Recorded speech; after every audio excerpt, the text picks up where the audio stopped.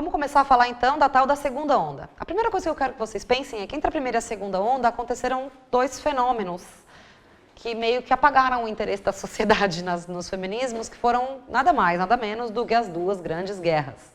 A segunda onda do feminismo, ela está localizada, e por essa perspectiva externa, né, a gente sempre produziu, ela está localizada nos movimentos globais aí pelos direitos civis e pelos movimentos estudantis. Então a gente está falando do movimento dos direitos civis que estavam fervendo nos Estados Unidos, do movimento estudantil que estava fervendo na França. A segunda onda acontece mais ou menos nesse período. Ela herda já uma série de direitos da primeira onda, né? Nestes lugares específicos que a gente está falando a respeito nessa aula, que é Estados Unidos, Europa e Brasil, todas as mulheres nesse momento já podiam votar. Europa mais ou menos, como a gente viu. Na França, onde esses movimentos estudantis estavam acontecendo, as mulheres já podiam votar, mas na Suíça não muito. Mas teve muita herança do feminismo de primeira onda que informou a evolução do feminismo de segunda onda. E a gente costuma dizer que o feminismo de segunda onda, ele migra somente da noção de direitos para a noção de direitos e costumes. Então a gente está falando aí não somente do direito ao voto, mas o direito, por exemplo, ao divórcio, do direito ao mesmo salário pelo mesmo trabalho, do direito ao aborto, né, que é um direito que ainda é muito contestado, que é uma luta, uma batalha bastante difícil para uma série de feminismos, porque entra aí uma série de discussões a respeito de onde começa a vida, quais corpos podem, enfim, toda uma discussão sobre aborto que a gente está bem longe de resolver, mas é nesse momento que começam a surgir essas reivindicações. E também não apenas na seara dos direitos, como eu falei, mas na mudança de costumes, na mudança de cultura, né, começar essa noção, né, de que, bom, a noção de que a noção radical de que mulheres são gente, né, começa a se desenvolver uma outra linguagem do feminismo que transborda um pouco essa que é exclusiva da questão de direitos. Se o sufrágio foi um aspecto marcante da primeira onda, um jargão feminista da segunda onda marcou muito esse período, que é o jargão que o pessoal é político. O que as mulheres feministas queriam dizer com isso? Existem algumas histórias de origem dessa frase. A história original dessa frase, o pessoal é político, na verdade é um artigo no qual uma das participantes de rodas feministas, de rodas de discussão feminista, e nesse momento o nome feminista já está bastante sólido dentro dessa discussão. Muito embora alguns grupos chamassem de Women's Liberation Front, que é a frente de libertação das mulheres, a palavra feminismo já está mais presente aí, como sendo essa palavra bandeira que unifica todas essas lutas, né? E em algumas dessas rodas de discussão feminista, que eram originalmente rodas para discutir essas questões de direito, de como se articular politicamente, de como fazer todos esses movimentos estratégicos políticos, muitas das mulheres começaram a se dar conta de que o que acontecia em casa, olha a gente falando de trabalho doméstico, como a gente estava falando lá das russas, o que acontecia em casa era também muito importante e não podia ser desconsiderado do processo de pensamento político feminista, né? Então, enquanto as mulheres estavam sofrendo com opressões feitas por seus maridos, parceiros, irmãos, pais, tios, pelos homens das suas vidas pessoais, ia ser muito difícil da gente pensar em uma luta feminista política organizada. Então, a noção de que o pessoal é político, ela acaba abrangendo uma série de perspectivas feministas, como, por exemplo, a noção da violência doméstica, né? Tem aquela velha máxima que em briga de marido e mulher não se mete a colher. Ora, como não? Se a mulher está apanhando sistematicamente em casa, e isso é uma coisa que acontece com a maioria mas com um número significativo de mulheres.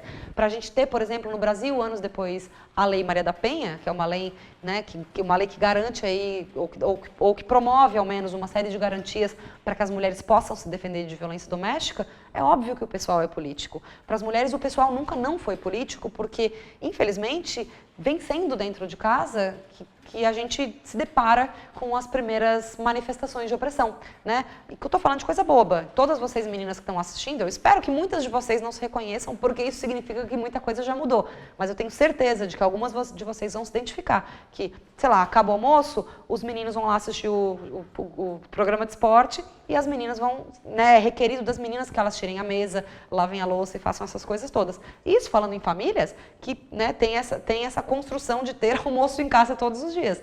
Mas o pessoal nunca não foi político para as mulheres, porque dentro de casa acontece uma série a gente é atravessada por uma série de opressões, e o feminismo dessa época é muito marcado por esse conceito de dizer, olha, o que acontece nas nossas vidas pessoalmente também é da ordem da política, também é da ordem da filosofia, também é da ordem das demandas que a gente gostaria de fazer. Então, a segunda onda ela é muito marcada por esse tipo de reivindicação. A gente está migrando aí, né, de uma noção do direito ao voto para uma noção muito mais ampla do que significa não apenas ter direitos, mas ter também uma vida digna em todos os aspectos. Ela transborda, né, a segunda onda faz com que o feminismo transborde essa noção institucional da briga lá dentro das instituições para comprar uma briga um pouco maior. Quer dizer, ó, dentro da nossa vida, da nossa existência, em todos os âmbitos, a gente se depara com questões de machismo, sexismo e misoginia, então é importante a gente pensar a respeito disso. Essa é uma marca grande da segunda onda. Acho que é importante a gente pensar aí, né, como eu falei para vocês há pouquíssimo tempo atrás, ainda nessa aula, que entre a primeira e a segunda onda aconteceram duas grandes guerras. Essa imagem que vocês estão vendo agora, que é da Rosie the Riveter, que foi uma imagem muito conhecida durante o período da Segunda Guerra Mundial especificamente, ela é uma imagem muito importante da gente ter em mente, porque hoje em dia ela é considerada uma imagem icônica do feminismo, mas não foi sempre assim. Essa imagem não foi composta pelo feminismo, essa imagem muito antes, pelo contrário, foi composta pelo governo norte-americano para encorajar mulheres a entrarem na indústria armamentista. Por que isso? Porque os homens estavam na guerra. Os homens estando na guerra não tinham força de trabalho.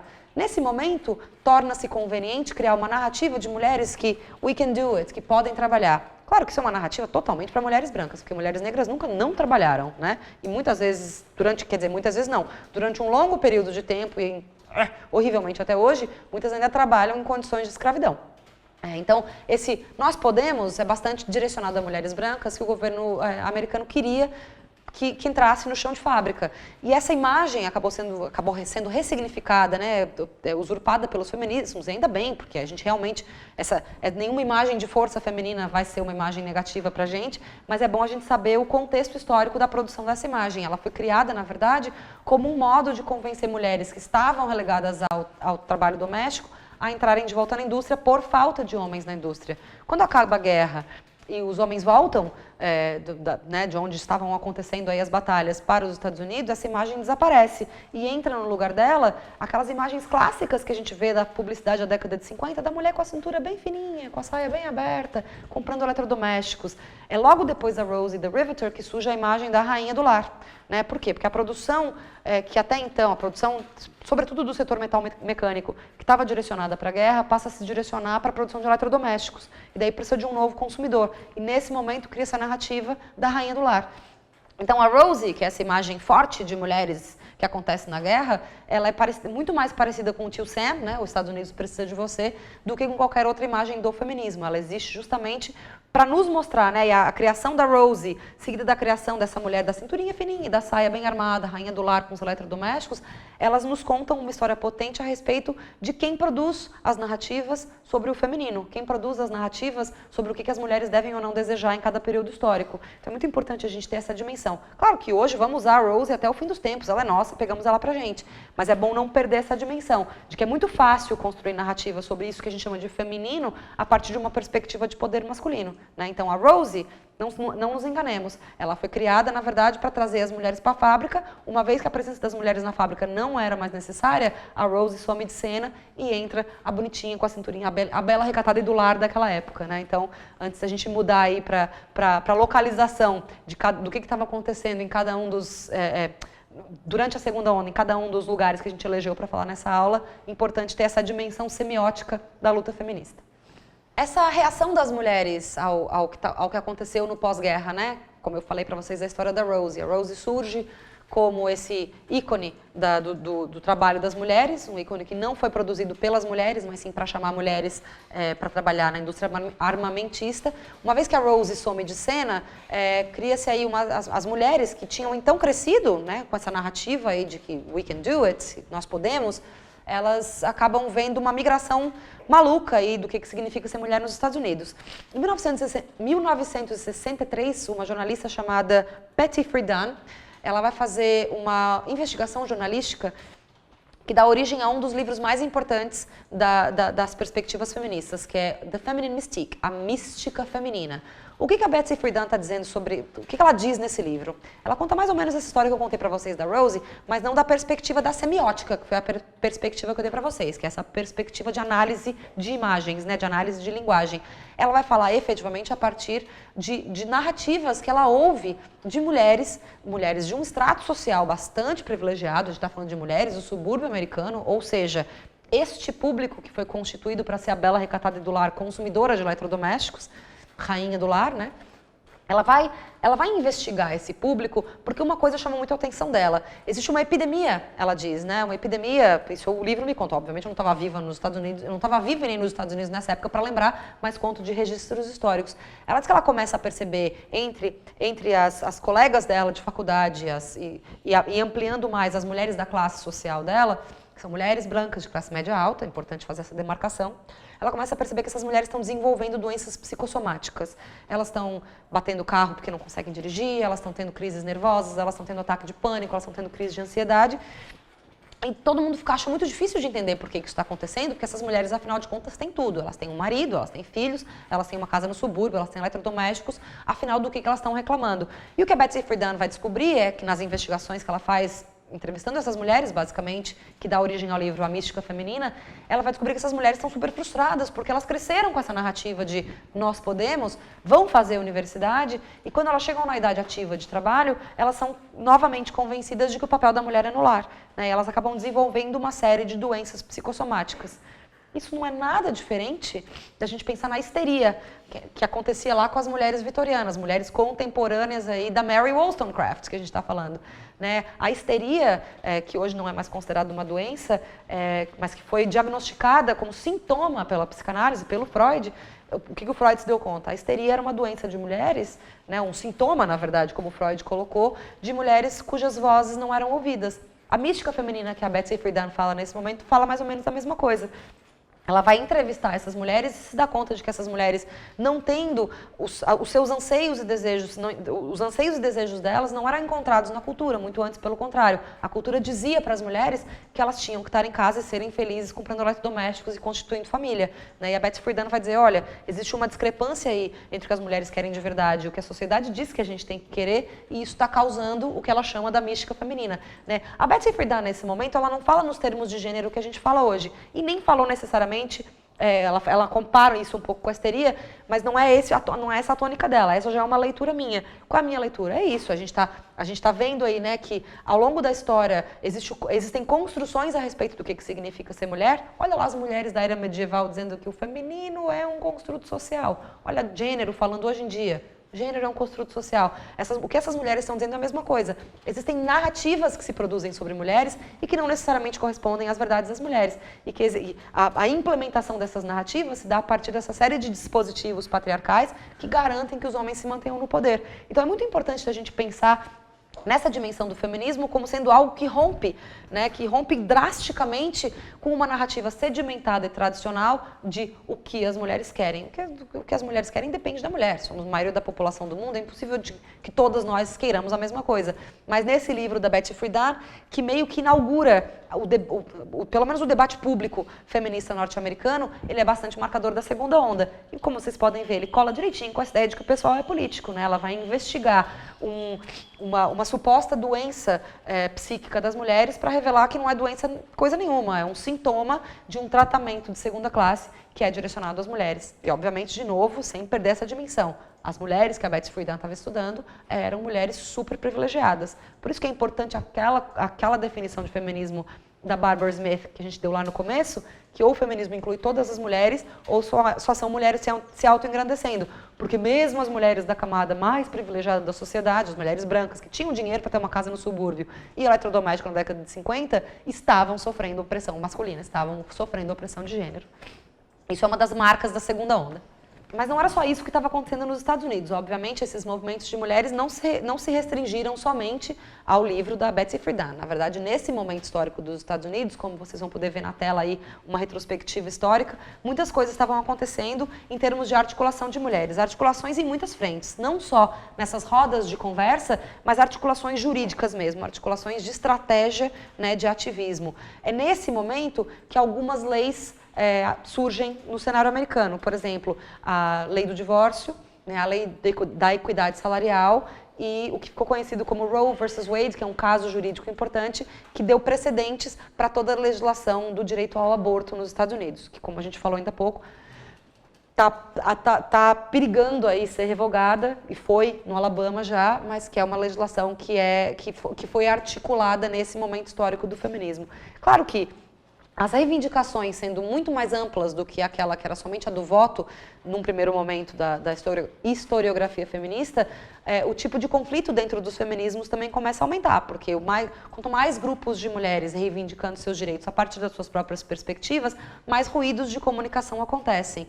Nesse momento histórico do feminismo de segunda onda nos Estados Unidos, acontece o que a gente chama de sex wars, as guerras dos sexos. E esse é outro debate, para vocês verem como uma onda não se encerra quando acaba essa ideia de onda, né? Essas guerras do sexo, na verdade, elas têm muito a ver com um assunto que está longe de ser resolvido dentro dos feminismos, que é o direito das trabalhadoras sexuais e a pornografia. Né? São debates que ainda que estão muito em aberto dentro dos feminismos, as perspectivas são múltiplas, mas eu estou sempre com a definição do feminismo da Barbara Smith. Ou esse projeto inclui todo mundo, ou ele não é para todas as mulheres.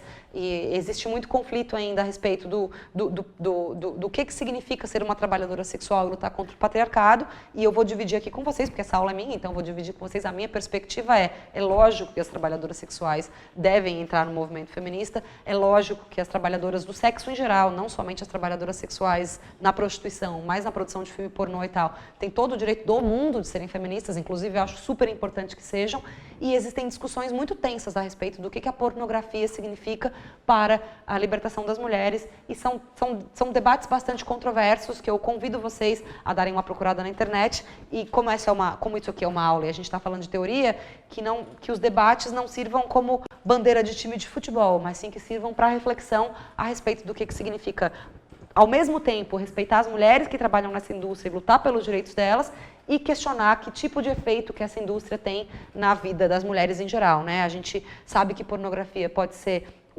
muito violenta e que isso tem um efeito na vida sexual de todas as mulheres, então não dá para dizer que pornografia é super bom, pornografia é super ruim. O que a gente não pode perder é a dimensão de que existem mulheres imbricadas nas produções desses conteúdos, e a gente precisa também, como feministas, contemplar os direitos dessas mulheres também.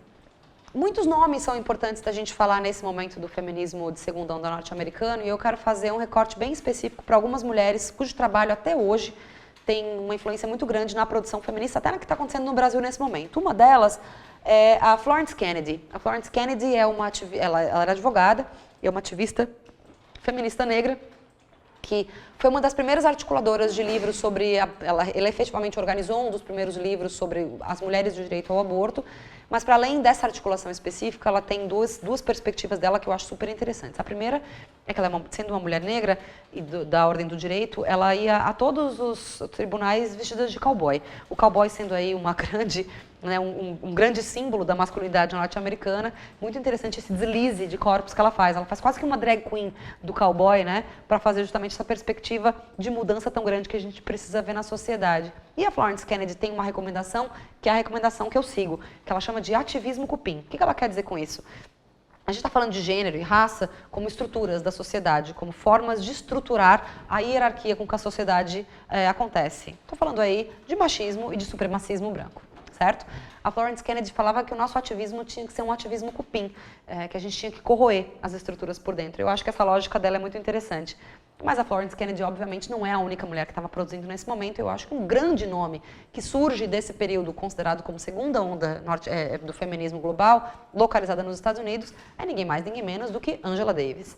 Angela Davis continua sendo, está aí na atividade ainda, continua sendo uma mulher que participa de uma série de empreendimentos feministas ao redor do mundo.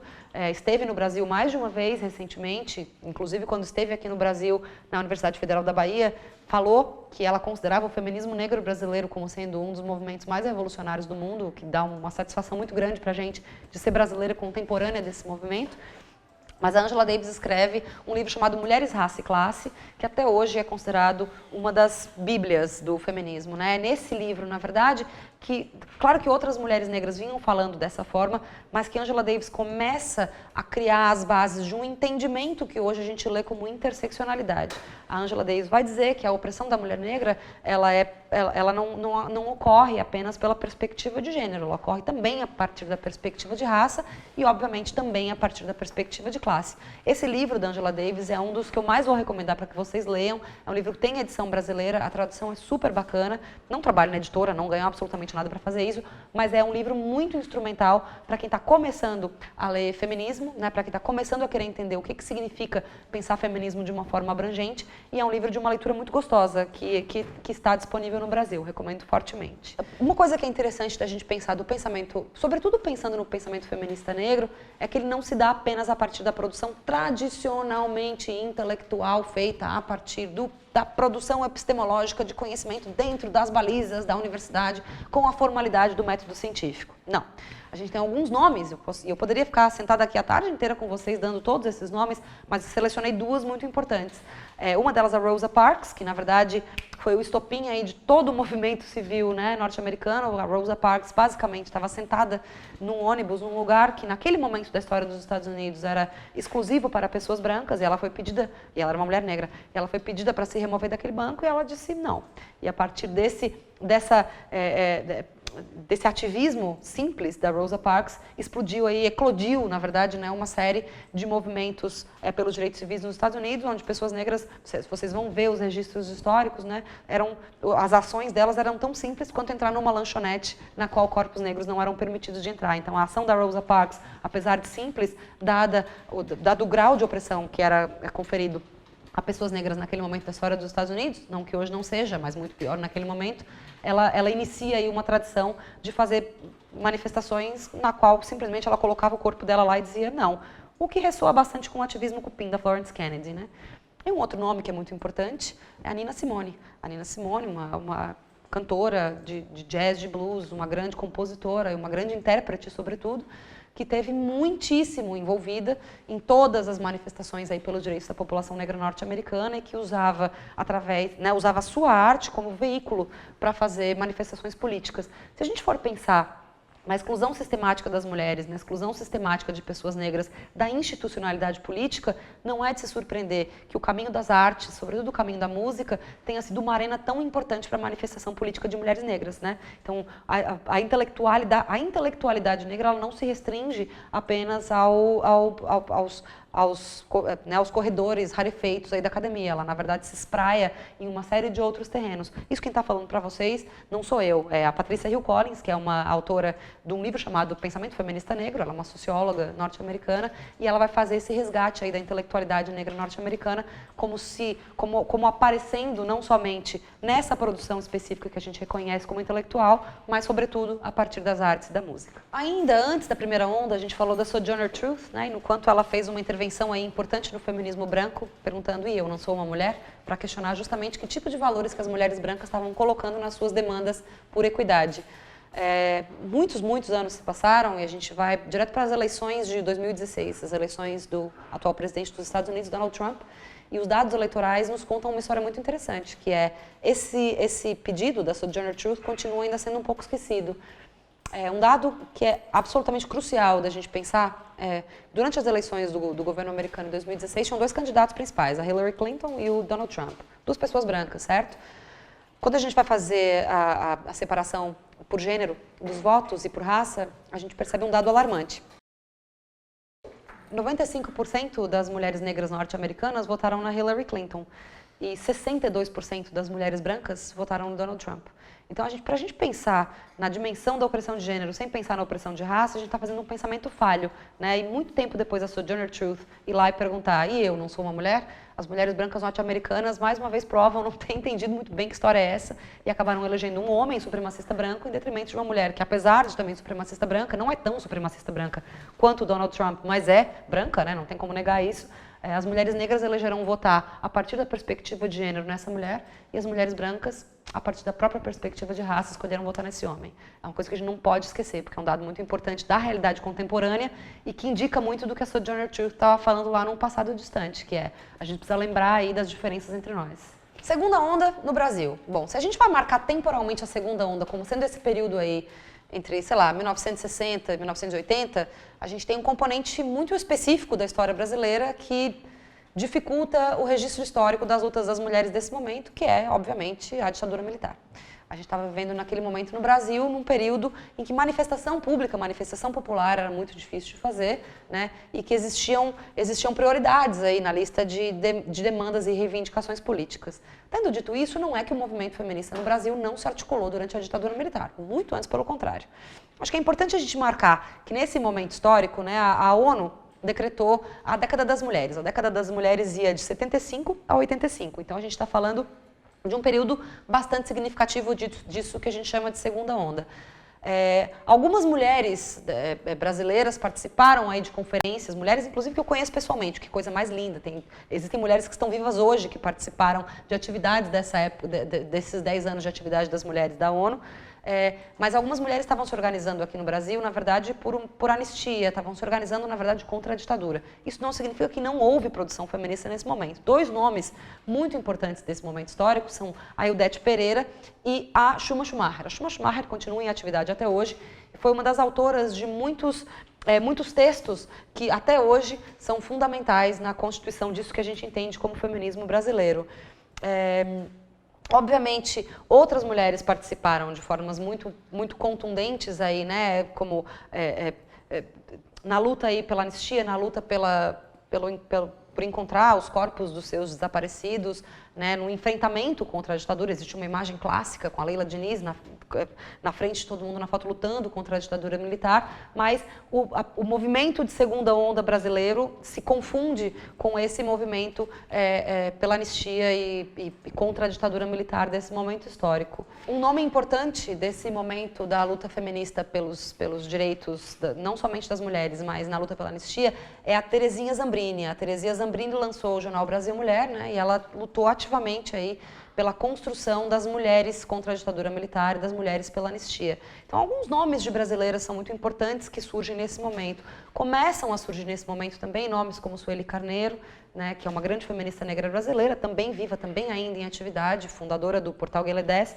que é um portal muito importante de comunicação negra no Brasil, e que estavam efetivamente construindo movimentos como o MNU, que é o Movimento Negro Unificado, e trabalhando aí nessa perspectiva feminista, antirracista e num contexto histórico bastante fervoroso, que é o contexto de repressão efetivamente militar a qualquer manifestação que pudesse existir pela reivindicação de direitos. Então, a segunda onda no Brasil se confunde um pouco com essa dimensão antiditadura, né? Mas alguns nomes de mulheres são muito importantes a gente lembrar, como esses aí que eu falei para vocês. Então, muita coisa acontecendo na Europa nesse momento, mas um dado essencial que eu acho importante de trazer para essa nossa aula aconteceu em 1971, que foi um manifesto assinado por 343 mulheres, um manifesto pelo direito ao aborto. Eram 343 mulheres, e nessa lista estavam incluídas Simone de Beauvoir, a autora do Nosso Segundo Sexo, que a gente falou há pouco, e até a Catherine Deneuve, que é uma atriz francesa muito famosa de filmes surrealistas daquele tempo, o mais conhecido deles, A Bela da Tarde. É um manifesto que elas escreveram em 343 mulheres para botar efetivamente na mídia, dizendo que já tinham feito um aborto.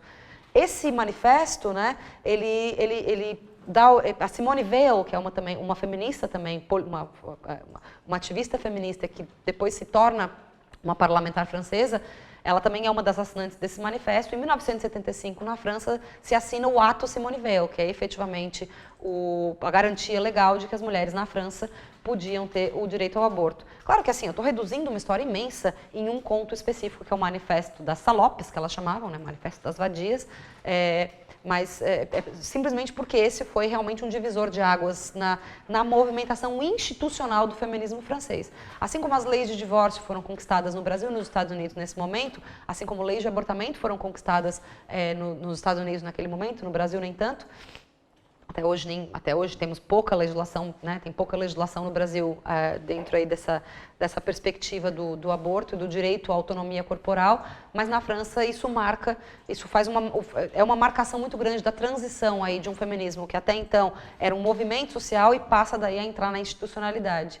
Uma outra coisa que é importante da gente marcar desse começo aí, no final da segunda onda francesa, é também uma produção epistêmica, uma produção cultural mesmo, uma produção acadêmica feminista que marcou muito dentro da seara da produção de conhecimento, marcou muito e transformou muito a forma como se entende o trabalho o trabalho epistemológico feminista.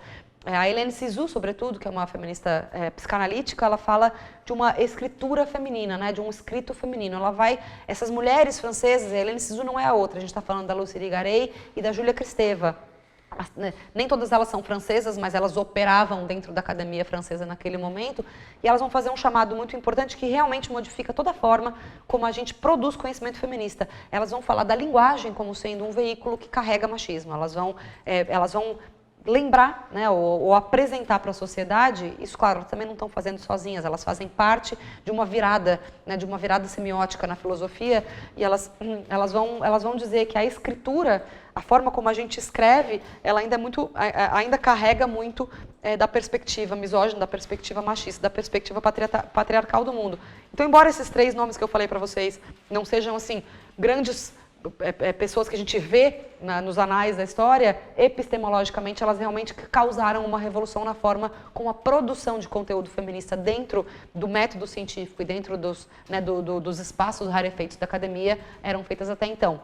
Começa aí no final da segunda onda a migração para a terceira, que é o que a gente entende como gênero. Então, para dar uma fechada na segunda onda, antes da gente mudar para a terceira. A segunda onda tem isso como característica, né? Ela amplia o tipo de reivindicações que está feita, ela não apenas amplifica em termos de ocupar mais espaços midiáticos, mas ela amplia realmente a gama de reivindicações que são feitas pelas mulheres, do direito ao voto, que também não era a única demanda da primeira onda, mas que foi marcada como uma demanda específica da primeira onda, para outros direitos aí do pessoal político, que vão de lei de divórcio, salários iguais, autonomia corporal, né, e todas essas que a gente falou até agora. Então, a segunda onda, na verdade, ela é muito importante para o desenvolvimento do pensamento feminista, porque ela sai de uma narrativa, né, que nunca foi única, mas que sempre a narrativa dominante sobre o feminismo tinha sido uma só, e vai expandir aí para uma série de outras frentes, inclusive a de conflitos entre os feminismos.